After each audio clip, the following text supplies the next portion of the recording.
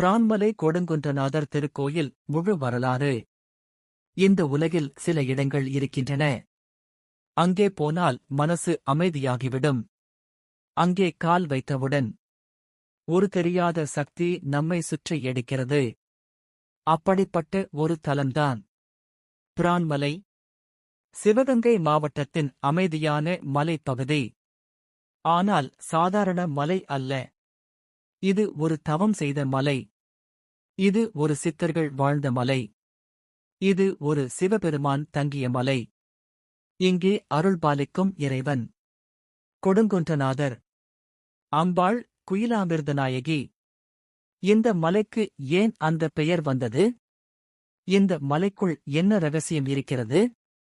எதற்காக ஆயிரக்கணக்கான மக்கள் இன்னும் இங்கு வருகிறார்கள்?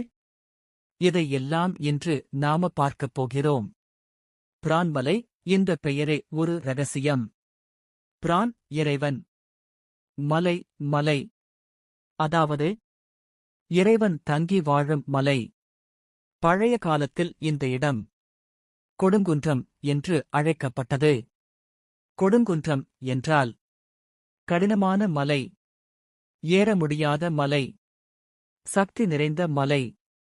அதனால்தான் இங்கு இருக்கும் சிவபெருமான் கொடுங்குன்றநாதர்.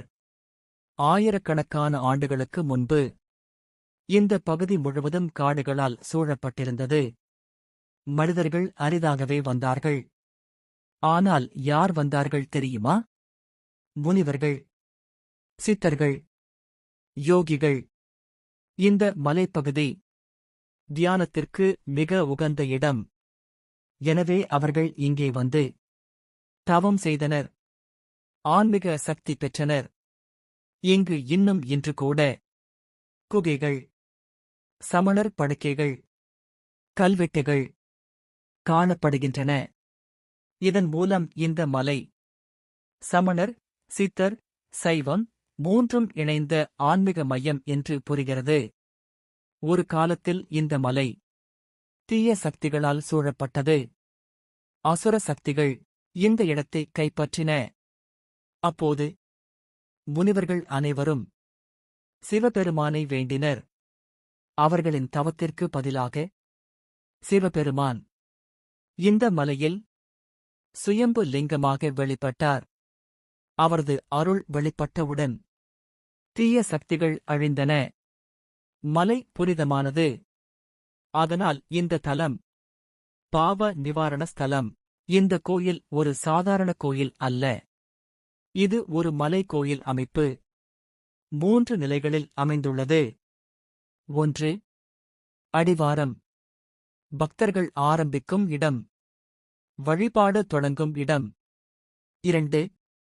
நடுப்பகுதி, மண்டபங்கள், ஓய்வு இடங்கள். 3. உச்சி கோயில், சிவபெருமான் அருள்பாலிக்கும் இடம். இங்கே சென்றால்தான் உண்மையான ஆன்மீக அனுபவம் கிடைக்கும். பிரான்மலை பற்றி பெரிய ரகசியம் என்ன தெரியுமா? இது ஒரு சித்தர் சக்தி மையம். சித்தர்கள் இங்கு தங்கி மூலிகை மருந்துகள் செய்தனர், யோக சித்தி பெற்றனர்.